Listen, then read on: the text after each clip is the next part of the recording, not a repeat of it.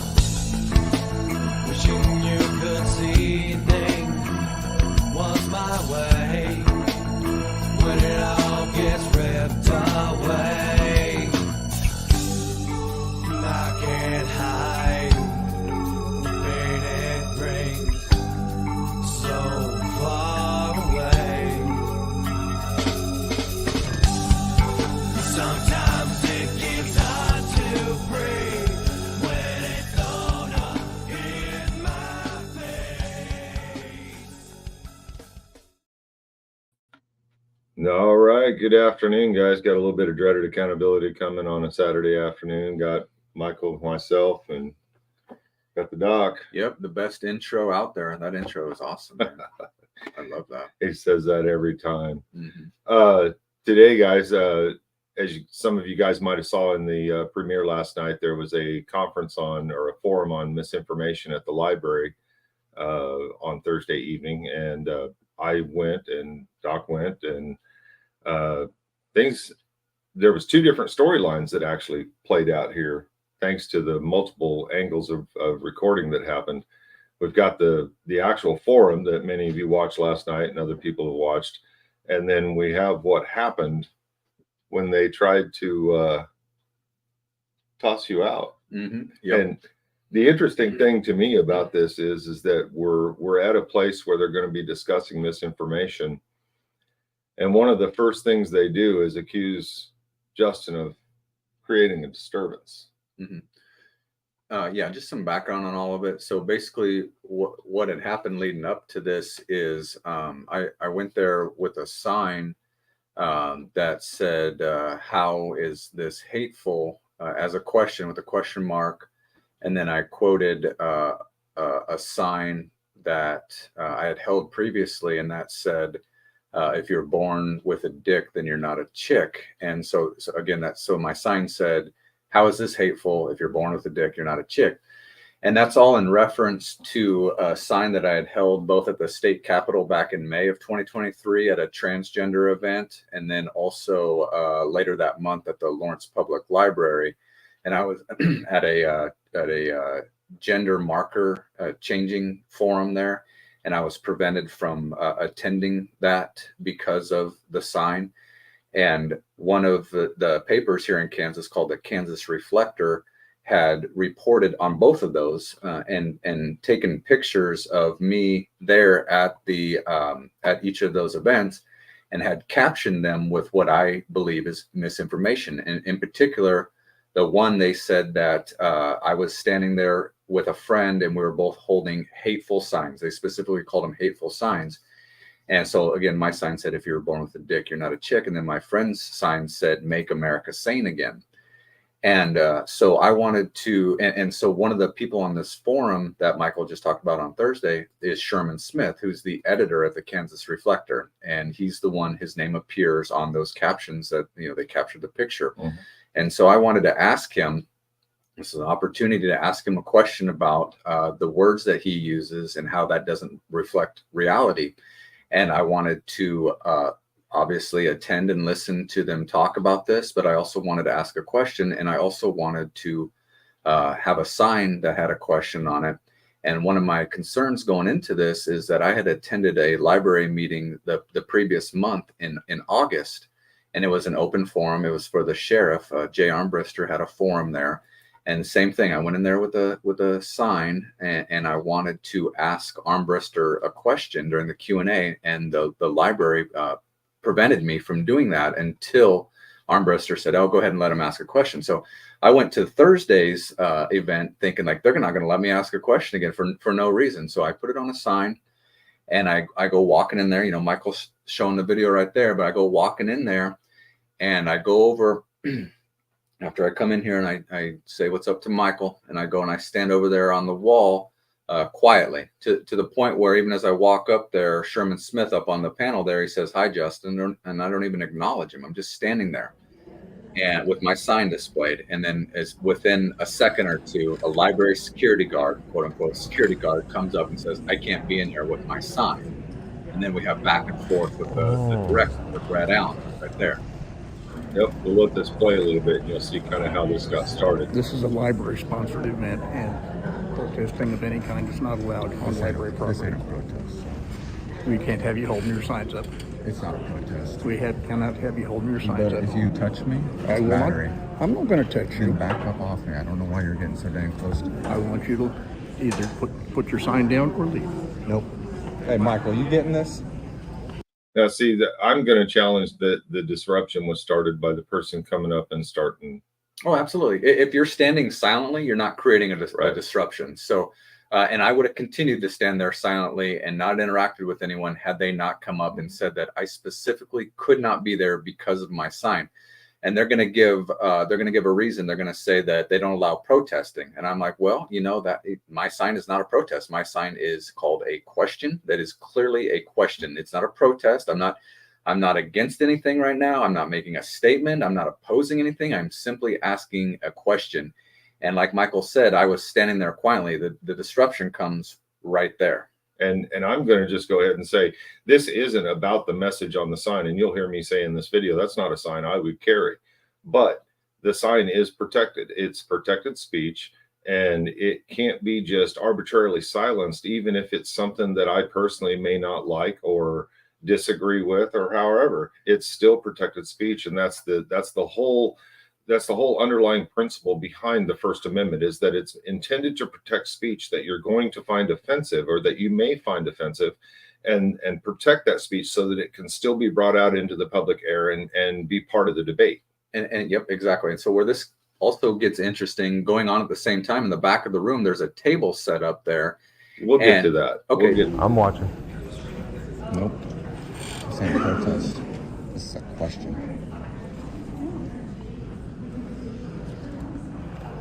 I'm going to ask you one more time to leave, Or what? and then I'm going to tell you to leave. I ain't leaving you. I'm going to call the police. Go for it. Okay. Call the cops. Brad, this ain't a protest, man. This is called a question. You know, like at a library, you ask questions. We don't allow signs and protests, so Yeah, like I just said, this ain't a protest, Brad. So it's a question. I understand what you're saying. We're not having any signs. No, words matter. You just said we're not allowed to protest. I'm not protesting anything right now. Now, I want to point out that Brad Allen, he's the guy right in the middle there walking across over towards Justin. He is the executive director of the Lawrence Public Library, I believe. Is that his title? He's the director. Director, okay, of the Lawrence Public Library. And he's the one that didn't he trespass you or ask you to leave before, or what is your relationship with him? I know that you've got him named in the lawsuit. Is that about it? Well, he's not named in the lawsuit, but this is I have a lawsuit against the library for that one incident I just said about how they wouldn't let me in with that sign, and then the following month in June of 2023 they threw me out because I had signs that said this is wrong and stop grooming kids at a it's called Deja's Reading Rainbow. Right. It's a grown man dressed up as a woman reading to little kids. And again, same thing. Both of those incidents in May of 23 and June of 23, and this one here, I'm standing silently with my sign, not bothering anyone, and then I'm told to leave because of the words on my sign, and that's a violation of free speech. This is a public library here. Of course, they try to frame it as causing a disruption and a disturbance. They try to take words once again and make it into a behavior. But standing silently is not a behavior. Exactly. And the words on your sign are not a behavior. Those are called So I just want to be words. clear, I'm not Free protesting speech. anything. I'm asking a question. Can you pause it? Sure. And so, yeah, so Brad is the director, but he isn't named right now in the lawsuits. The second in command is, because she was there. She was there on both of those times, and then various library employees are named because they all prevented me from either entering the auditorium that one time or having me remove that second time. All right. Just all that. I'm going to ask you to leave. You can put the sign away and stay and ask your question, or For you what? can leave. For what reason?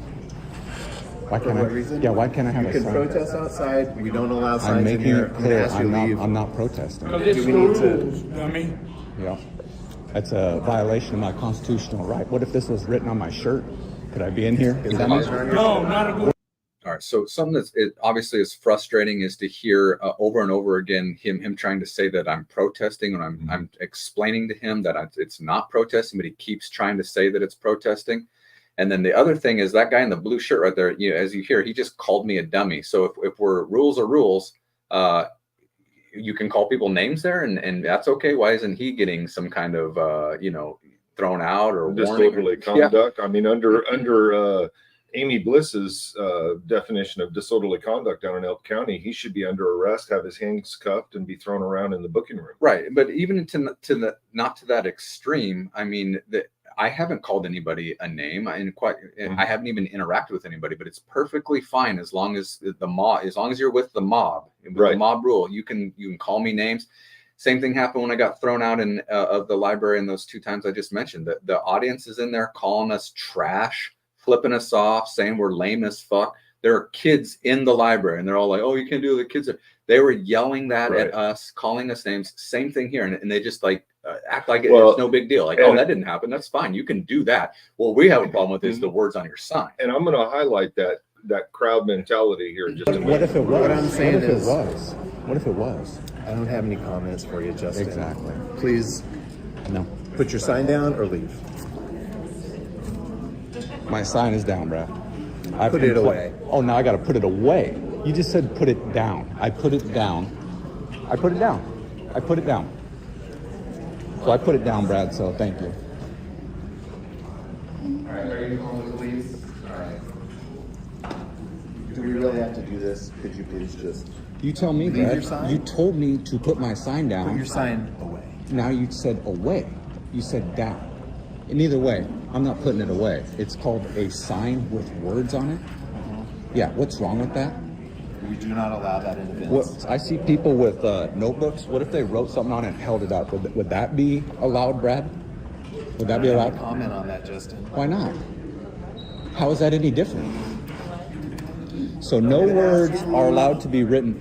Here we go, guys. Anybody gonna try and defend me up there? Those misinformation defenders up there? This is a constitutional right for me to express myself in a public In library. a library program, we do not allow protests. I'm not This is protesting, Brad. protest. I've already. It is You're not. gonna need to put your sign away. How is this protest? Misinformation. Okay, now it's helpful to point out here what's on his sign is a question, and the question is directly related to what Justin deems as misinformation. Directly related to a person that's up there on that panel right there. Sherman Smith had reported that. So my question is, obviously it's not a protest, but it's related to this event specifically. Right. And it's a question that you intend, I mean, and you did ask. Yep, during Q&A, I went up there and asked it. Yep. And it's no different than, I mean, I'm assuming that if you would have went and got a shirt printed with a question on it, they wouldn't have tried to. Well, I asked him that, and he doesn't answer it. Hey, guys, you guys know the definition of protest, right? Is a question a protest? Or is it asking a question to try and gain some knowledge? That's not a protest. That's asking questions like you would in a classroom, Brad, or a library. Here to talk about this. Yeah, exactly. Me too. Hi folks, my name is Brad Allen. Okay. Just watch this. This is going to pause this until the police come and remove Dr. C's. Under what grounds? You do not allow protests today. You do not allow protests. That right there, in my humble opinion, is the executive director of the library actually playing to the crowd to build crowd sentiment against you. Mm-hmm. Yep. And I mean, he went to the microphone. He goes to the podium and he gets on the microphone to do this. And it's almost like he paused, lets the clapping start it, and then he's going to start berating you again. right. Look, back that up just a little bit. And also, you don't play it right now. Yeah, let's just hear that a little. This is until the police come. My name is Brad Allen, the director of the library, and we're going to pause this until the police come and remove Dr. C's. Under what grounds? You do not allow protests today. You do not allow protests. You may protest on the right of way outside of the building. How is this I asked you to put your sign away. One of the things that right before he says that lady in the white, she comes up to me and she says, we're all here for this. We're not here for whatever you're doing, implying that I'm also not, I'm not there for that, and that I'm doing something that falls outside the bounds of that. And that's what gets frustrating about that, man, is that I am, as the public, I'm invited just like everyone else to be there, and I'm there just like they are to attend a misinformation meeting and ask questions, but they assume that I'm doing something that's not related to that, that is trying to draw attention away from it or to disrupt it. It is just a question that lying piece of shit Sherman Smith said up there about me multiple times in his publications, multiple times over the years. Well, and I'm going to address, and I want to address him, but I don't have a legitimate reason to be there in their eyes. For whatever, they cannot see past the fact that that is related to the business of this meeting here. Well, and as somebody myself who's been the victim of misinformation, and I know you have too because I've witnessed it, I think that we would have just as much purpose as anybody else, if not more, to be there to ask questions about that misinformation. Absolutely. But it's the same kind of thing. Like if you're filming police, the police will say, "Oh, you're in it for the money." There's always some kind of ulterior motive or that's assigned to you that's not there. So like that lady is implying that I'm not legitimately there for that, but they are. So you need to leave, Justin, because we're here for that. We're serious about this. You, on the other hand, you're doing something else. You're a troublemaker is what you are. Right. But I look at it like, well, the feeling is more than mutual. I am passionate about this misinformation here while you guys sit silently. I think maybe if any, like Michael just said, people that have been smeared in the newspaper, we have a right to be there. No doubt about it to ask these a-holes why they're doing what they're doing. Exactly. How is this a protest? Follow the rules. I'm not protesting, so I am following the rules. It's called breaking the rules if I was protesting according to you, but I'm not protesting. I'm not protesting. Guys, the First Amendment was written to protect speech that we I'm not don't hogging like. anything. I would have been standing there with my sign without I had creating no an issue idea at this all. was going to happen, Brad had to but do there's it. no need to make a scene about We've it. been clear about this at a library event. That is a library-sponsored event. We do not allow signs or protests. Brad, You I can was put your in sign here. away. I'm done I was in arguing here. with you. No, We I'm will not. wait to start this That's event great. until- That's great. I would ask you to please leave I was before the police no come. thanks. I was in here in June and August with signs as well. Why wasn't I stopped then? I'm not discussing that with you right now. So those 2 times I could come in, one said Nazis work here, which is what you're proving right now. That was fine. The other one was a question for Sheriff Armbrister. Same fashion, I was asking him a question. Or I was stating that he was a liar. You guys were perfectly fine with that. Why now? What's different? You may. Sherman? You don't have an answer. You don't have an answer. Sherman? I'm not answering you. Sherman, it's kind of important. It's kind of important. It's called an inconsistency.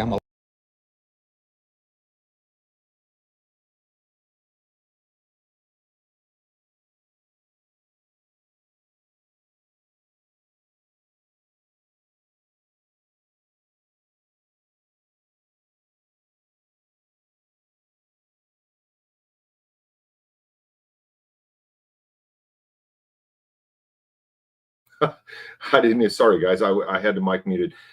This is Sherman Smith that Justin. I'm trying to call him out. That's why you hear me calling his name a couple times, because he's the editor of the Kansas Reflector, and as another reporter like Chris Condi, who lives and dies under the First Amendment, he really should know what's going on here and be able to identify the problems that are going on and be able to speak to it. Allowed to have it, then I'm not allowed to have it, and I'm going to be arrested for it, apparently. Why wasn't I arrested the last 2 times, Brad?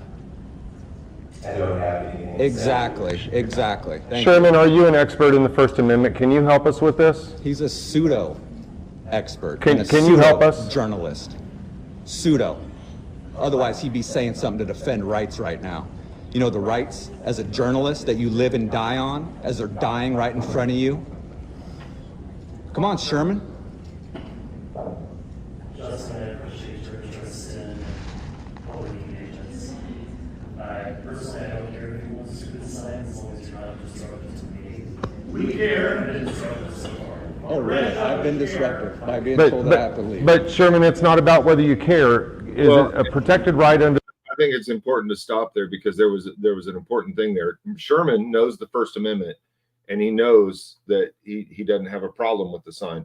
But you hear what happens is the person in the crowd yells, "We care," and what he's referring to is Sherman saying, and in my opinion, he's referring to Sherman saying, "Well, Sherman doesn't care that the sign's there as long as you're not causing a disturbance." And then the guy saying, "Well, we care." Well, there's your disturbance. You know, is when these people start saying, "Well, we care, we don't want to see that sign," and then it becomes a disturbance. Right. And so, you know, the irony in all this here is Sherman Smith, this is a misinformation a meeting, and he's right there saying misinformation. So he says, first of all, I don't have a problem with you holding your stupid sign as long as you're not creating a disturbance, but you've been creating a disturbance. So here's a guy that's been there present the entire time, knows damn well that I was not creating a disturbance, to the point where when he said hi to me, I didn't even acknowledge him. So I hadn't said any words. So I don't know how you can create a disturbance by just standing there. So he knows that I haven't created a disturbance, but he's going to go with that narrative because that narrative gets me silenced and removed. And so that, Sherman and all the viewers, that is called misinformation. He's straight up gaslighting, no differently than anybody else that's gaslighting and saying that, well, you got removed because you created a disturbance, while overlooking the fact that I just stood there silently. Right. The First Amendment or not? I don't know what the rules of this forum are. The government cannot make a content-based decision. Okay. The decision here is being made based on the rules about protests. There's signs back here on the table. Signs on the table are allowed? The American Library Association has said very clearly that in a library program that is an event and not a public forum, this is a limited public forum. And we do not need to allow protests. And now we got the protest outside on the right-of-way sidewalk. You may not protest in this building. I've asked you politely to put your sign away. I realize. So what's going on there then, where they further get into a bind, is that on the back of the room there, that table there is the Kansas Women's League, I believe is who that organization is, has on their table there multiple signs, and not only just signs, but the signs are asking a question as well. I think it was like, did you register to vote or something like that? So my sign and their sign both are asking questions. And so now they've, you know, Brad Allen's going to sit there and say this is a limited public forum, but they've opened it up to allow signs by one group or one person. They therefore are not allowed to say that other people can't hold signs as well. And that's exactly what they're doing. That's called viewpoint discrimination. It's called content discrimination. And you guys are going to want to stick around because towards the end, you're really going to like the discussion that we got into over that. You're putting me really on the spot. I knew you were going to do this, but I'm sticking up for you. I'm trying. I'm not going to. What? The discussion that Michael's referring to in attendance right here is a constitutional, is he a First Amendment expert lawyer? Constitutional attorney. Constitutional attorney is there, throughout this whole thing. He's sitting in the audience right there. Afterwards, he weighs in on it, and it's an interesting, it's interesting. Very interesting. Make a scene with you, but I'm going to stick up for you. Keep going. There's a difference between a limited public forum and a public forum. And I This think is asking a question no different than during Q&A. This is not a protest. No different than this. See, have you moved? That's a question. Same with this. It's not a protest. It's a question. Officer, it's a question. I'm not protesting here at all. I'm not protesting. I've come to an engagement where I want to ask a journalist a question, and this is the question I want to ask. I'm not protesting. But at the same time, you're asking issues. Because they say. Hi folks, my name is Brian. I'm the director of the library. I want to thank you for being here for our kickoff of our civic engagement one-on-one series. We have a lot of partners, one of which is Kansas Public. so. Now he's starting to make small talk with you about you being in the Navy.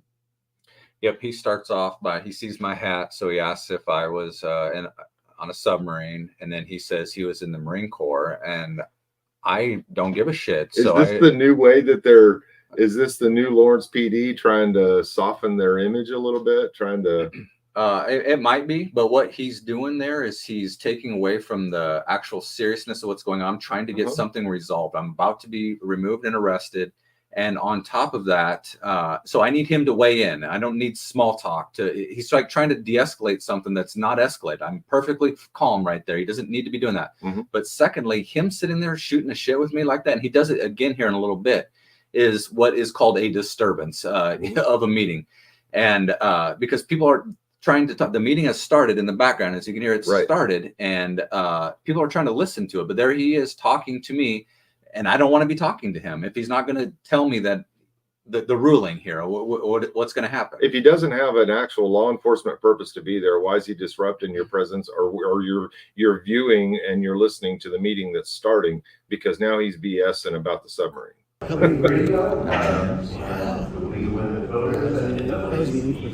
Yeah, he's wowing it.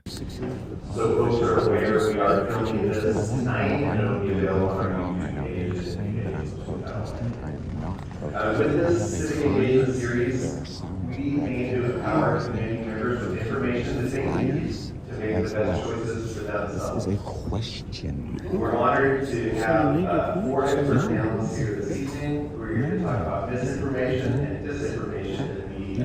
For the interest of time, I'll let the panelists introduce themselves before first questions. And we'll hold off 20 minutes for audience Voices, literally voices going on in my head. What if I wanted to make a point for the entire hour and a half? It's not up to you to decide when I make my point. So it's not up to you because these people are here for something. Now, see, that's another one that I always like is they decide arbitrarily, okay, Justin, you've made your point. Now you're done making your point and you have to leave. So it was allowed as long as you made your point. It's done. You were allowed to make your point. Now you have to leave. Suddenly it's not allowed anymore because you can't make your point any longer. Yep. And that's what was pulled on me at the May 1st County Commission meeting. They said you made your point. And so that right there shows that it is about nothing other than my speech, because the point would be the speech. And so they have a problem with the speech. Exactly. This is a panel about misinformation. That journalist right there has spread misinformation and asking a question. But this isn't the way to do it. For shit, it's not. It's not. For shit, it's not. There's going to be a Q&A here, officer. Is it Q&A time? It doesn't matter. It does. No, it does not. No, it does not. Because I'm standing there silently there, officer. I saw you addressing you. That wasn't silent. I'm standing silent. Now that's another one right there. When the officer says, I see you when I come in, you're aggressively. No, he said you're addressing them. Addressing them.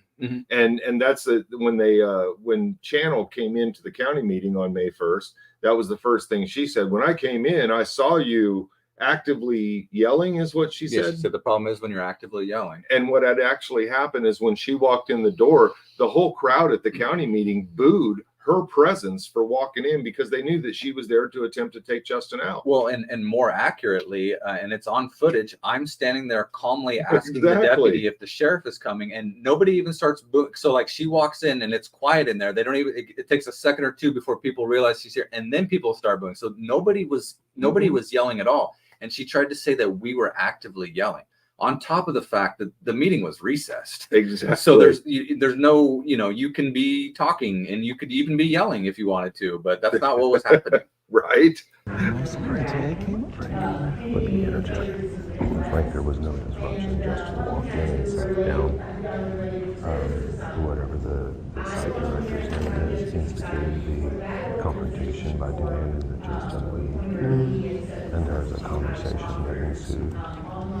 And I honestly, dude, you're flooring me. I had no idea what you were going to do, but it's still protected. And the thing is he didn't make a scene. He was asking questions. And as you know, okay. So you just said let's create the scene. You don't want to get it. I stood here silently and acting publishing. Got up in my room and started edging out. I have it all on film, bro. He was standing there. That doesn't, that's not a thank you saying that you're going to get that. That's a thank you saying you're going to make the right decision because I have it all on film. Exactly. I'm not giving them my footage. They're going to make the right decision. And if they don't, my footage will be used to call them liars. That's exactly what that was all about. At the same time, I get that you want to be heard. Of course I do. A public library isn't a place to be heard. Do you hear yourself there, Wolf? Do you hear yourself? A public library isn't a place to be heard. Can you hear yourself? It's fine. Let's see how the meeting's going on. Just stay there. No problem. There's no issue. I'm standing aside. If you want to hear Okay, now at this point, Wolf is creating a disturbance for me to be able to record the meeting and document it for the show that I put out yesterday. Cover this because I'm feeling like I have to cover him instead of covering this event. Yeah, but I came to cover the event, and you guys are causing a distraction for me to not be able to cover this event. Okay, now I want to stop right there because they're causing a distraction for me, a disturbance for me to be able to record that. Well, the officer is. Yeah. Right. And I'm going to him and I'm saying, there's a disturbance, a distraction you're causing. And he says, well, that's yours. On you. That's on you. It's unbelievable. He said that. And so that's the exact opposite of what just happened earlier when the distraction, the disturbance, it was on Brad Allen. It was on the security guard. Yeah. They're the ones. By that logic, I could have just said, well, that's on you guys. That's a disturbance on you guys. So this is the double standard where the law flexes this way to get you in jail and this way to keep them out. I mean, that it's insanity the way that works. Yeah. I mean, it's a total. Go ahead, man. It's a total. It's misinformation is what it is. That bending and flexing of it, it's a gaslight, and the gaslight is the misinformation. It's misinformation at a forum to discuss misinformation. The irony is not lost on me. I mean, damn, you got to be kidding me with some of this stuff. I got a call later. I understand, but you guys are creating a distraction for me to be able to do my job here. Just want you to know. Signs away now, information. My name is Frank. You know my name.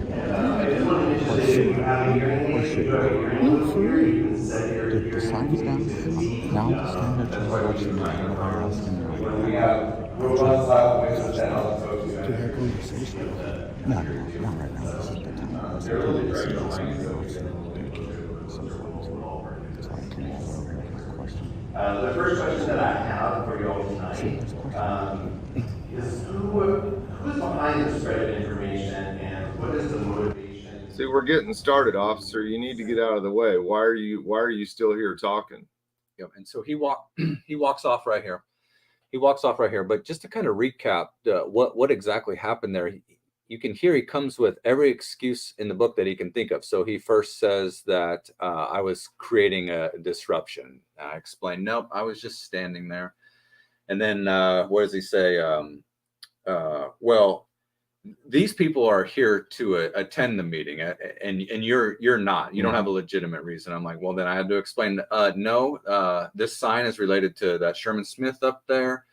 And then he tries to say, well, this isn't the time of the place to do that. And I was like, what are you talking about? A library forum with a Q&A isn't a time to do that. And he's like, well, is this Q&A? And I'm like, it doesn't matter. He's like, well, how doesn't it matter? I'm like, because I'm standing silently, officer. Well, I mean, it's like, do you have to really explain this stuff to you guys? He says that is a Q&A as though that should really matter. That it's not Q&A right now. Yep. There's going to be a Q&A period, so that's irrelevant. He's saying that, yeah, he's basically saying the only time you could be heard is during Q&A. And it's like, well, what if I was somebody that didn't want to go up and ask the question at the microphone? It's like, oh, you're gonna say, well, you had your Q&A chance there.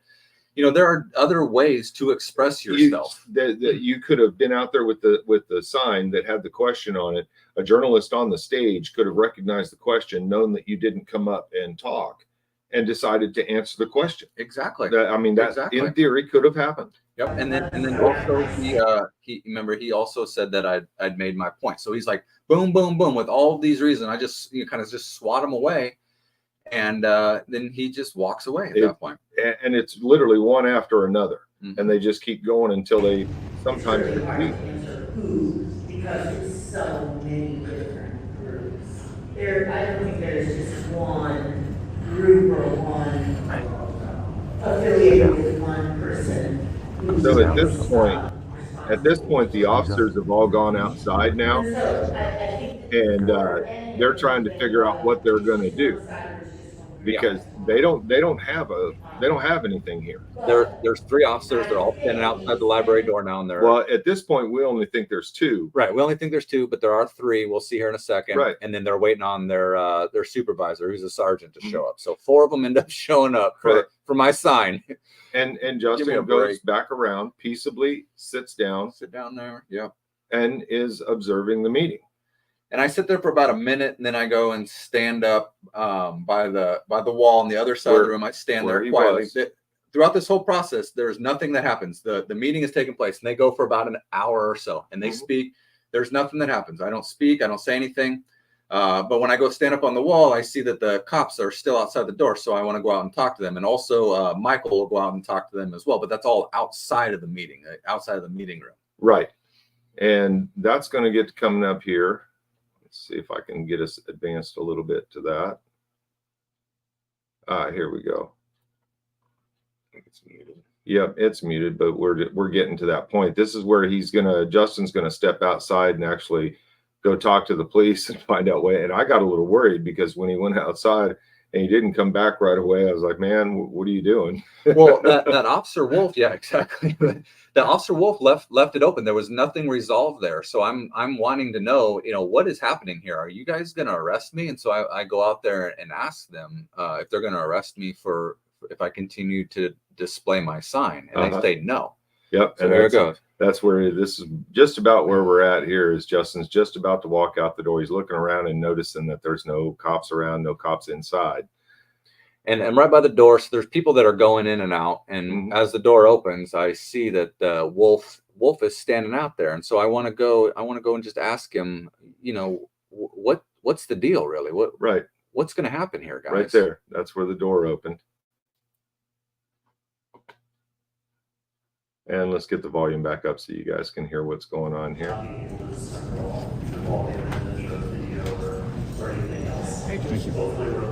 Officers, of course, what are you talking about? Can you guys, great, man, great. Can you guys explain something to me? Am I under threat of arrest or anything? Okay, so what are you guys doing, man? We were called here. We're sitting here waiting for a sergeant real quick. Right. Okay. So what happens if I continue to display my sign here? That's a question. What happens then? Are you guys going to arrest me? Is that what we're talking about here, guys? Not really, man. You're not going to arrest me? As of right now, I have no intent to do that, man. So if I go in there and I display this sign and they say that I can't do that because I'm protesting, they want me to leave, are you going to arrest me? Like I said, waiting for a sergeant to show up. That's all we're doing right now. Yeah. Waiting for a sergeant to show up? Yeah. You're looking swole, we were dude. just Are let- you we were just- juicing? You look bigger than the last time I saw you. You look swole. We were just letting you do your thing in there, to be honest. Really? Okay. So I'm gonna, For right now. for right now, for right now. But nothing's going to change, though. If I'm going in there and do my thing right now, it's going to be the same as like when it's not right now. So I don't know what that even means. I'm trying to get clarity, but fine. I'm displaying my question sign right now, just so you know. Maybe not. And her mother had. That's one of the things that's frustrating about this as well, is that there's never any clarity provided by them to us, to the guys that this is going to affect. So the arrest could be coming, but they don't provide clarity. They don't do it here.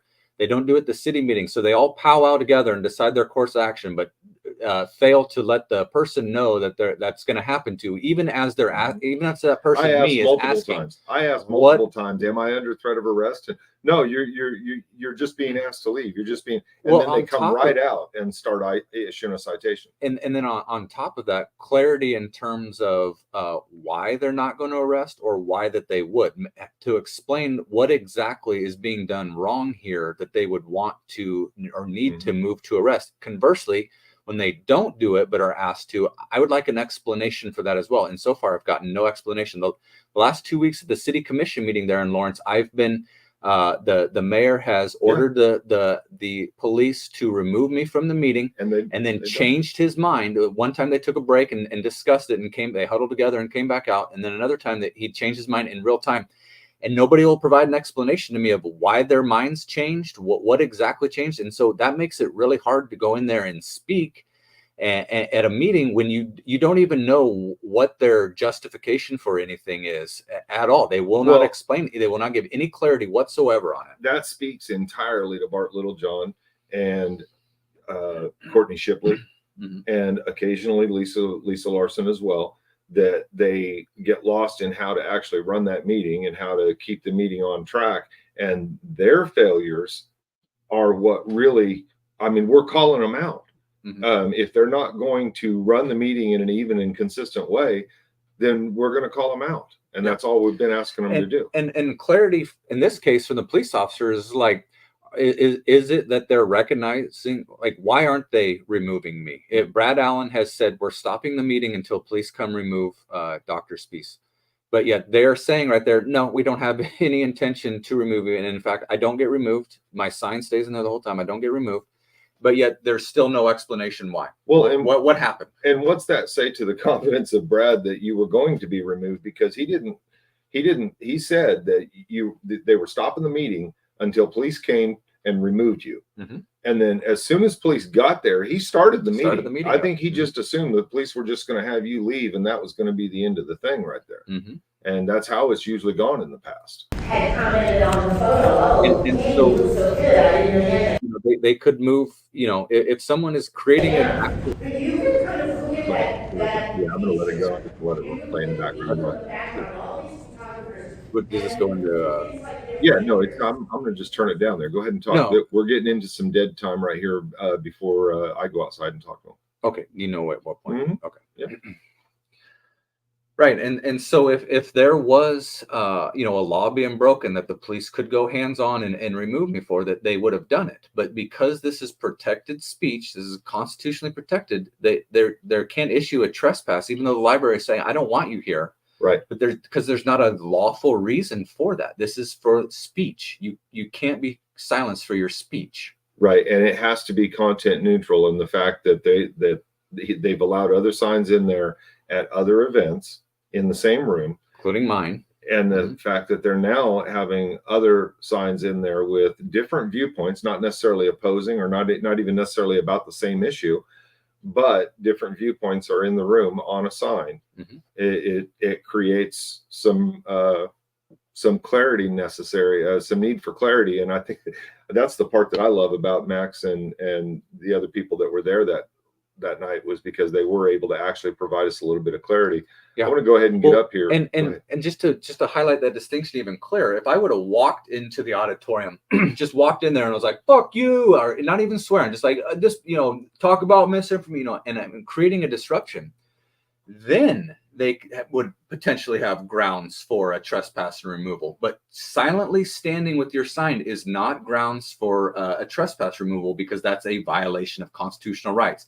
And I hope that the police realize that, and that's why they're not doing it. That's what my hope is. But I don't have clarity. I don't know what their reasoning is. They will not explain it. Yep.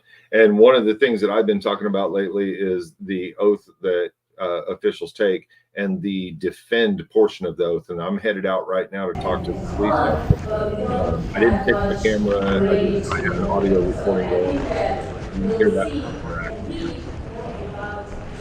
What's up, Robbie? What's up, buddy? That's not my name. How are you?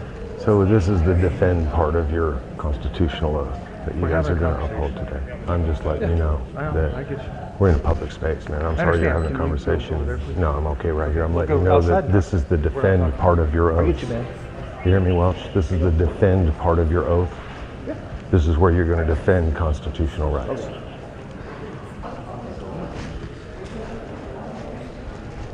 And they need to start. And I'll tell you too, I had no idea this was going to happen. That's why my camera's been focused on the front, but I'm going to defend his rights because he does have the right.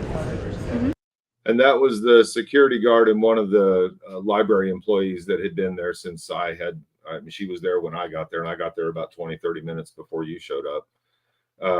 But what you're going to see here is the cops, we didn't even really know until later, but they ended up leaving.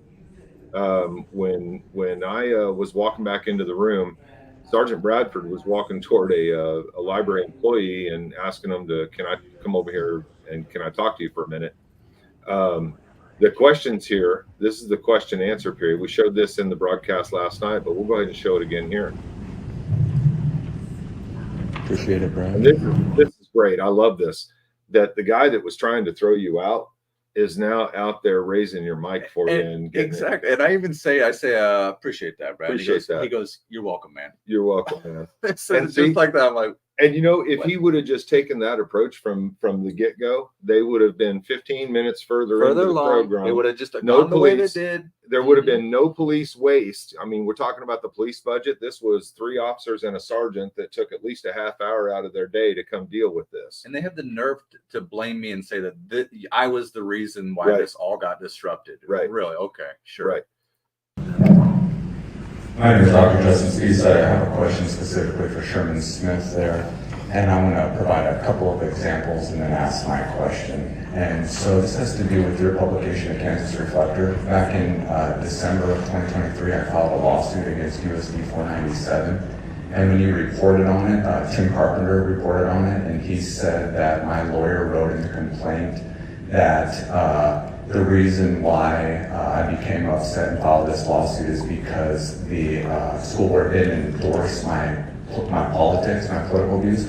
So that was incorrect because we didn't state that in the lawsuit, and so I reached out because that's not my claim. So I reached out to Carpenter and I asked him to change it to reflect reality. And so you guys reworded it to say that my lawyer said that we filed a lawsuit because the school board opposed my politics. So that doesn't reflect the reality of that situation. The reality is that it was filed on First Amendment rights violations. Politics was never even mentioned.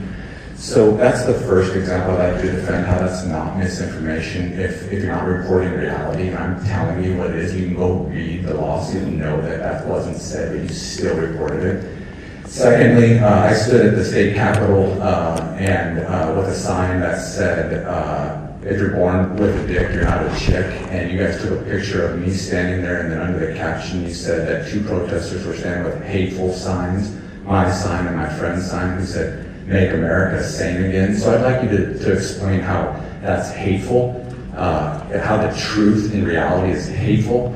And then secondly, here at the library, one of my friends was standing with a sign at a transgender event that said, "God didn't get it wrong. There are only 2 genders," and you captioned that as saying she had a transphobic sign. So I'd like you to explain how that is transphobic. And then lastly, and then I'll wrap up here, last example here, one of the papers that you're affiliated here with, Lawrence Times, you guys mentioned it, recently published Amber Seller's statement about why she's not remaining at general public comment, and printed it word for word. And in there, one of the things that she claims is that her reason is that her and the commissioners have received threats. And so if there were threats, there would be police reports, incident reports, there'd be a case number, there would have been an arrest, and there would have been articles written about it, but none of that stuff exists. So I'd like you to defend how that's not misinformation, and frankly, journalism malpractice for the journalists not to just follow up with Amber and be like, can we get the case numbers on that? That seems really serious. Our commissioners are being threatened. And then follow up with the police as well and be like, wow, so you guys arrested people for threatening the commissioner? And they never did that. They just printed it as fact. So I'd like you to defend how that's not misinformation. Thank you. Thank you for your question, Justin. It's a lot to unpack here. The short version is I think you have a different reality than most of the rest of the people. I think I don't know what the Lawrence Times story is. That right there. I mean, he literally says that, Justin, sorry, but you live in a different reality. Yeah, not insulting whatsoever there, Sherman, to completely dismiss that and the nerve of that guy. So think about that. Specifically with my sign about if you're born with a dick, you're not a chick. My PhD, my doctorate is in lifespan human development, where we study the development. We talk about things like biological sex. So what I have on my sign is the truth. It is reality. Now he can try to distort it with all that social constructionist bullshit around gender identity. But specifically, my sign was rooted in biological fact, backed up by my education over a course of a decade. And he's got the nerve to tell me that I live in a different reality. If he came in spouting bullshit in one of my classes about how you can be, if you're born with a penis, you could be a girl, I'd say, sorry, you fail that portion of the class there, because that's not reality. But yet he's going to tell me that I live in a different reality than the majority of people. Not different than what Chris Condi said about me and Michael being silenced at city commission meetings because we're not people. Yeah, he literally, when I said, well, they're silencing everybody, he said, not everybody, you guys. Yep. Mm-hmm. Yep. It's the same thing. So we live in a different reality compared to them. So therefore, we're wrong and they're right. Mm-hmm. Exactly. They republish a lot of our stuff. I support the Lawrence Times. We're not affiliated with them. I don't answer for whatever stories there are, how they write them. I don't know the details of a story we published 3 or 4 years ago, or what conversations you had with Tim about that lawsuit. It was just last year. Last year? Yeah. It was less than a year ago. I don't know the details of the story published a year ago. You're what you quibbled with. I know that we were one of the few zealots that wrote about your case, which appears to be a clear First Amendment issue, right? You tell me. You seem to see that your story says it is because of my fault. The story said a lot of things that you might quibble with. The story also said it's a First Amendment case. We filed a lawsuit. We outlined the context of that story. So your answer is, as long as we disagree, then we are in a different reality. Got it. And I mean, that's basically what I heard there, Sherman. I'm sorry. I mean, I do appreciate a lot of the work that you do. But what you said there was that anybody that doesn't go along with the narrative is in a different reality. Yep, that's exactly what he said, and it's just so rich when he says that, especially at a misinformation forum, because you can go and you can read my lawsuit on the school district, and we're not making a case that the reason why they shut me down is because I was upset that they opposed my political views or didn't endorse my political views. This was strictly because they were shutting my microphone off while I was speaking, and they were engaging in viewpoint discrimination. And so I had gone back to Tim Carpenter and emailed him, included Sherman in it, and saying, you need to change that to reflect reality. That's not what's in the case. And so they didn't change the political part of it. They changed that I was mad that I didn't endorse it. But anyway, the point that I'm trying to make with this is that is a verifiable fact in reality. You could go read that lawsuit right now. You can go read it, and you will not see what they are reporting is said in there. And so he has the nerve to say that I don't live in reality. Meanwhile, he's taken the reality of that lawsuit that anybody can go read and see that he's wrong on, and twisted it to make me look bad. And then also on top of that, say that I'm not living in a reality that most people are. But yet in my reality, I could just pull that up and read facts and be like, okay, Sherman, you're wrong on this. And anybody could do that. The nerve of that guy. Yeah, exactly. It's like lacking self-awareness to the ultimate extent that you're at a misinformation panel that you're sitting on, and you're doing misinformation yourself, and then gaslighting someone and saying that, oh no, your reality is wrong. Well, and we've had that debate throughout time. Whose reality is correct? It's perception. And the problem is when you're creating the narrative that supports the perception, and then you're cheering on to the audience, as Brad was from the podium there. I mean, he was basically playing to the audience there for a little while, saying, we're going to hold up the meeting. We're going to delay everybody until we get Justin Spies. And he even, named him out there, going to get Dr. Spies out of the room so that we can all have a good orderly meeting and not have any kind of disruptions that Dr. Spies always kinds of brings. Right. Because that's the narrative that they've brought. And I would challenge that that's been the narrative throughout this whole thing, is that they have continually just made it that you created a disruption, although this is more than likely what probably happened each time, was somebody came up and started some shit. And it's just comes down to one of those old things, man. Don't start no shit, there won't be no shit. Right. Yeah, I would have just stood there. I would have just stood there silently. But this isn't even there's no subjective reality on this to dispute. These are things like that lawsuit. You can go read that. There is no subjectivity to that.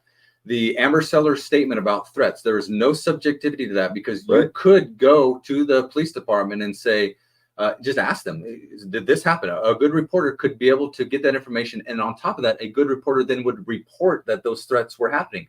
Those things don't exist. So those are objective facts that are being presented as facts. And that is the definition of misinformation.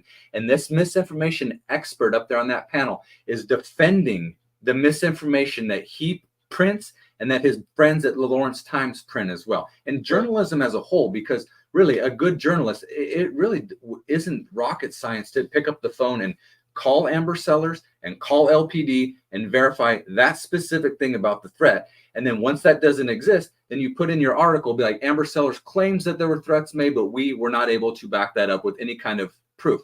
Why don't they do that? Well, because they're trying to spin a misinformation narrative against me and Michael down there threatening people when we're not doing that. And their average reader does not connect that a threat is a crime and is verifiable. Their readers don't do that. Their hatred for us. Remember, we're not people. Their hatred for us. They want to see that. They want to be like, yep, they're down there causing threats. Yep, but look at them. Now, one of the other things that happens here, and I asked them about this in this portion here, is that they only write from one side of the story. And too many times what we see is that the reporters are only writing from an affidavit or a narrative from the side of the police. And I can tell you from personal experience with that multiple times, they don't come ask me what happened before they write their story. No. And nobody asked me about anything that happened over on Heatherwood before they wrote their story. Nobody came and asked me anything about what happened at the city commission meeting on Tuesday before they wrote that. And that story was out fast. No, it was out within an hour. Nobody has ever asked me either. On any of the things that involve me there. They've never tried to present the opposite side or a different side or a different angle to their viewer so that their viewer could go, well, it does sound like, the government is saying this, but look at this. Now there seems to be a different viewpoint here. Let me think about that for a second. Let's go ahead and look at the other side of this, though, guys, because a while back we had the situation where Amber Sellers had nominated Josh Seiden to the CPRB. And I had engaged in some discussions and gotten information from Amber Sellers herself, basically acknowledging that, yes, she had put his name forward and wanted to give him an opportunity to state his case to be on the CPRB. Well, when she wouldn't tell the public that or explain her reasoning and her support for him in a better way, other than just he put his name forward, I'm giving him a shot. I told reporters, I told people that, hey, she's the one that did it. And I went to Chris Condi, I went to McKinsey at the Times, and Chris Condi, I sent him a screenshot or two that basically proved what was being said. And he says he goes to his editor and he comes back, he needs more. We need to verify this and we need to do all this. He has to do all that with a screenshot I've got from Amber Sellers that talked about her defending the nomination of Seiden, but he needs more because it doesn't support the narrative that he needs in his paper. See, what the narrative that I'm bringing him, the truth, that narrative is not the narrative that they need to print. They need to print the narrative that the city has got this, and the city narrative that they need to have out there to sway public opinion the way they need it swayed. And also they would never give you credit because they're not serious journalists. Exactly. Well, they're going to learn some lessons. A quick comment on the algorithms. I'm surprised that nobody mentioned being intentional about disposing your bias and going intentionally to sites that you disagree with. That's what I do. I don't get a algorithm controlled feed because I get sources from everywhere, and I'm intentional about going to those sources, and that's one way to beat the algorithm, is be intentional about going to sources that you disagree with. But my main thing that I wanted to come up and ask you guys all about was, you talked about it's generally misinformation, but you talked about how it happened. We talked about the fact checkers, we talked about the AI, and we talked about the different things that are happening in the newspaper, but you bring it back down to the local level. Let's bring the misinformation back down to the local level. Because earlier this evening, and I was taken aback too, because like many of you, the sign that was brought in here is not one that I would carry. But that's where the thing comes in. The misinformation happened, and I'm surprised that nobody was really willing to step in, because a lot of times what happens in these situations is, since the crowd is all going with it, the narrative is spun, and then they write from the police narrative. They write from the police affidavit, and they never interview the suspect or anybody else to find out exactly, or any opposing witnesses. They get the narrative and they write from it. Case in point, this last meeting that just happened at the city commission meeting, there was a narrative that was written about what happened. Now, when they write from that narrative and just from the affidavit, do you think those reporters owe it to anybody to write beyond the affidavit? To not just rely on that affidavit, but to actually talk to people about what they felt and what their perspective was, the actual people involved? That's okay, then that's not happening here. That's what we're concerned about. I wasn't questioned at all. I wasn't asked about an opposing viewpoint at all. It was just written that I had caused a disruption and was removed and cited. But Sherman, do you have any comments on not just writing from an affidavit? That's my concern, because we see the police narrative carrying the day and we see the crime system, but... Can I just say this? Sometimes when I've gone into college classrooms, one of the things that I will do is read the news release that Minneapolis police put out after George Floyd was killed.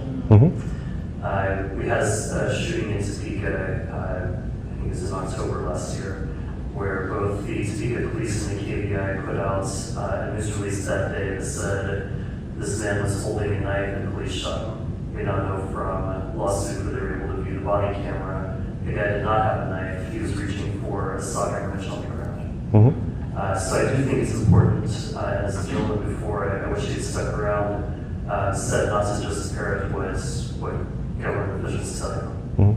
Thank you. Yeah, I was going to say. There you go, from Sherman Smith.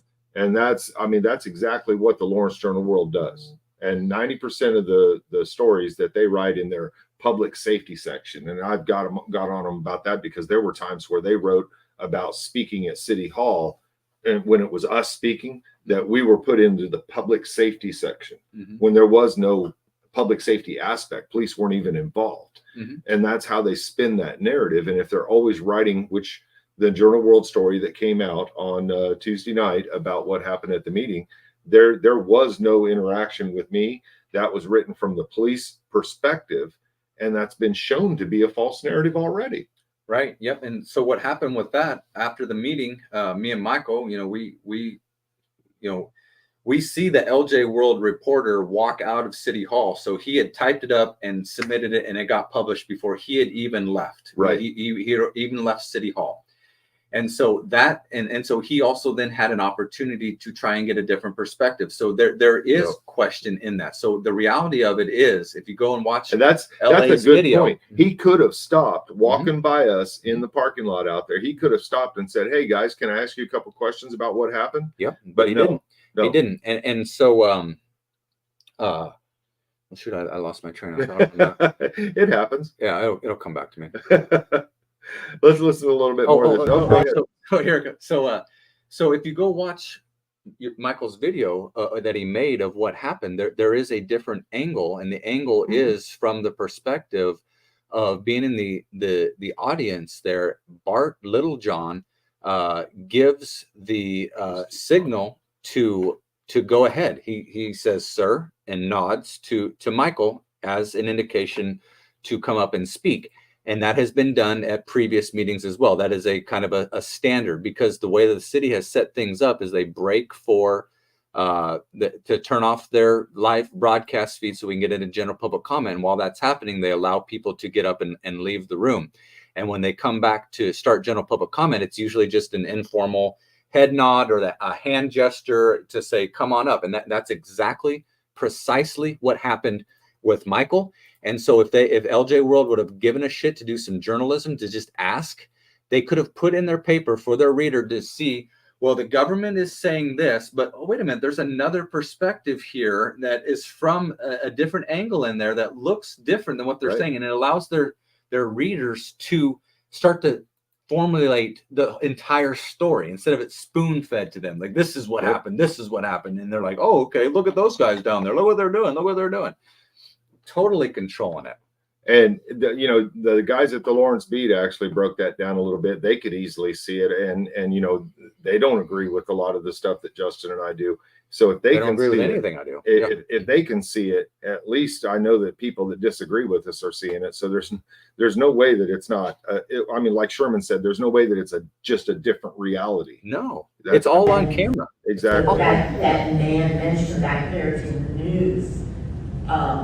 That my concern is the journalists and someone who teaches the journalism is there are way too many journalists out there who just parrot the government or they parrot the transcript. And a really good journalist looks at that. And we always hear these things from these panels about all the aspirational goals of journalism and how they like to be, but we don't actually see it in practice on the ground in the public level. That's part of the problem. We don't see it at the Lawrence Journal World, where they're getting two sides at all. Here's the end of the meeting. This ought to be good. What's your shirt say, Sherman? Kansas needs local news. Is that a protest, Brad? Is that a protest right there? He's got words on his shirt. Would you call that a protest, Brad?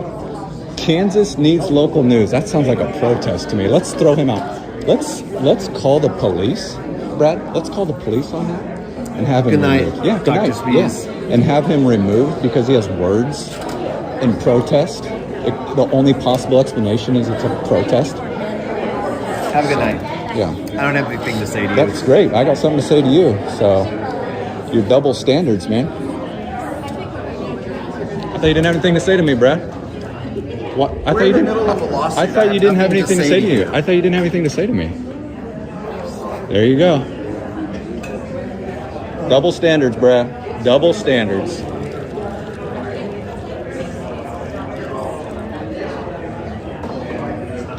What's your name? Mike. Security guard with a mask on. Scared of his own shadow. Supposed to be protecting us, I guess.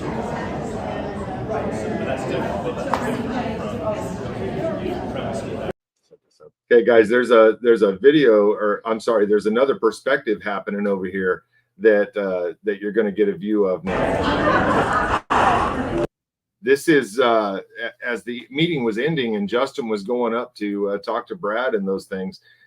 People started walking out a little bit, and Max Couch came up, and I've talked to him in the past, and we know who each other are. I wouldn't call us friends or anything, but we said hi and chit-chatted a little bit. Another fellow came up and started talking about the forum and forum analysis.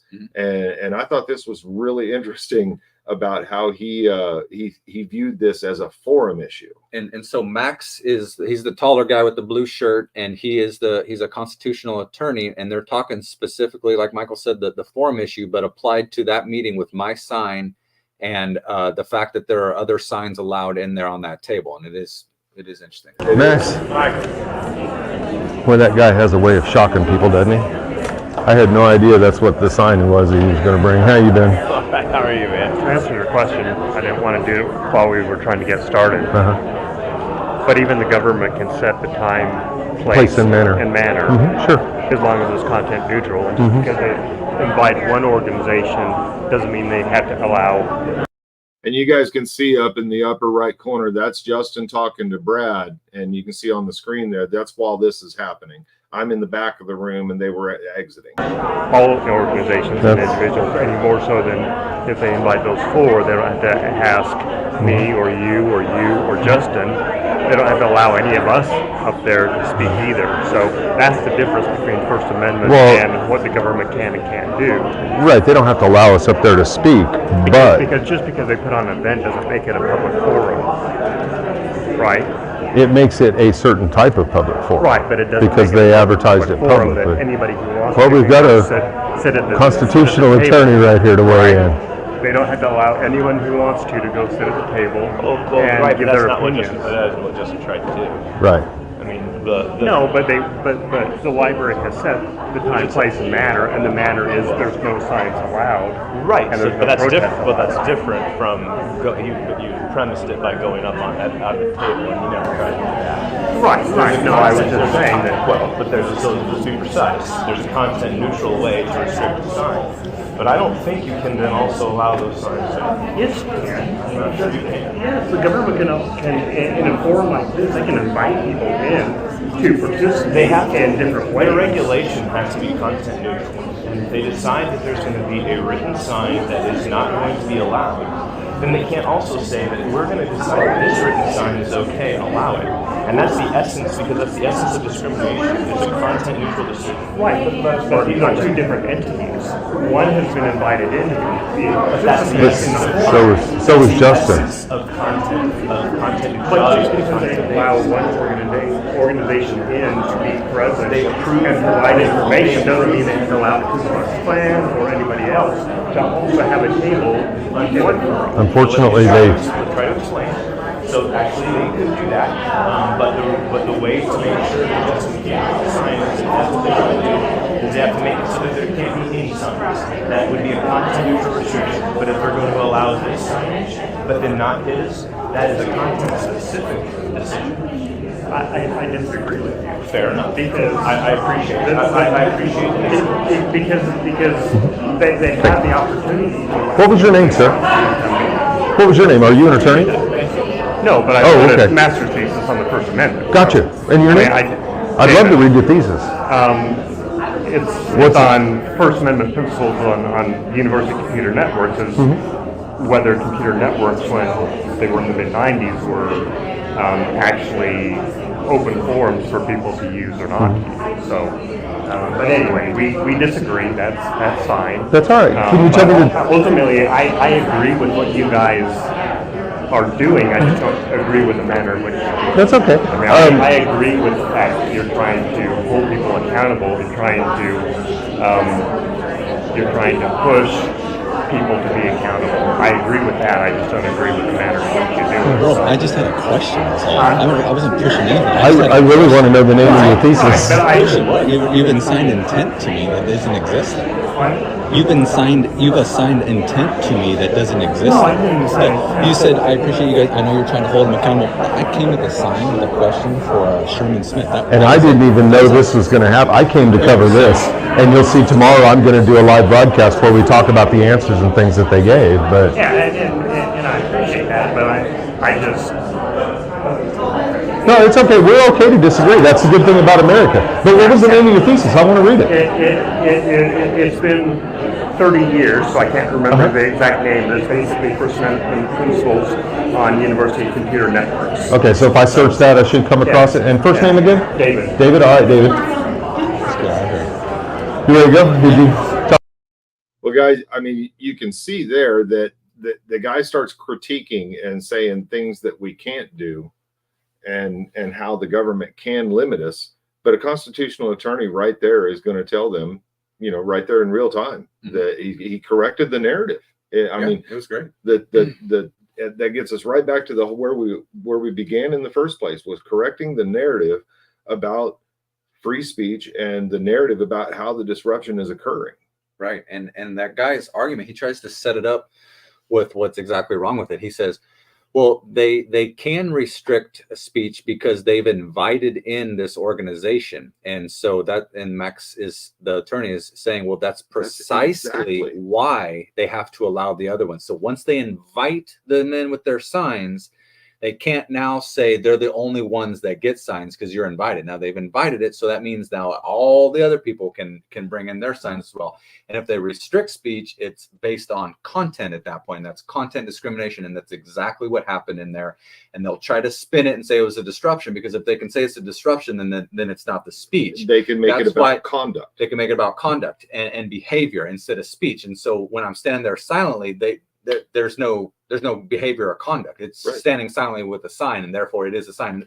But they straight up say you can't be in there with your sign. They straight up say you can't protest, and that counters them allowing the other signs in there. And that's what Max is saying. And it's as straightforward as that. And you can tell he's like getting, he's like, I've explained it, now I'm explaining it again. Have a good night. I think Max was getting a little frustrated because he wasn't able to. I mean, he was saying it about as clear as he could. Clear as day. And the only way to end that was agree to disagree. I mean, there was that's what that guy said. But the agree to disagree is that you are actually wrong, and you're just not wanting to see it that way. Right. Right. Well, I mean, and that, like I told him, that's the great thing about being Americans is we can disagree. And I wanted to draw that back to everything that's gone on about just our protests and our attendance at these kind of things, to ask these kind of questions, and the different things that have happened during city comment and public comment at County Hall.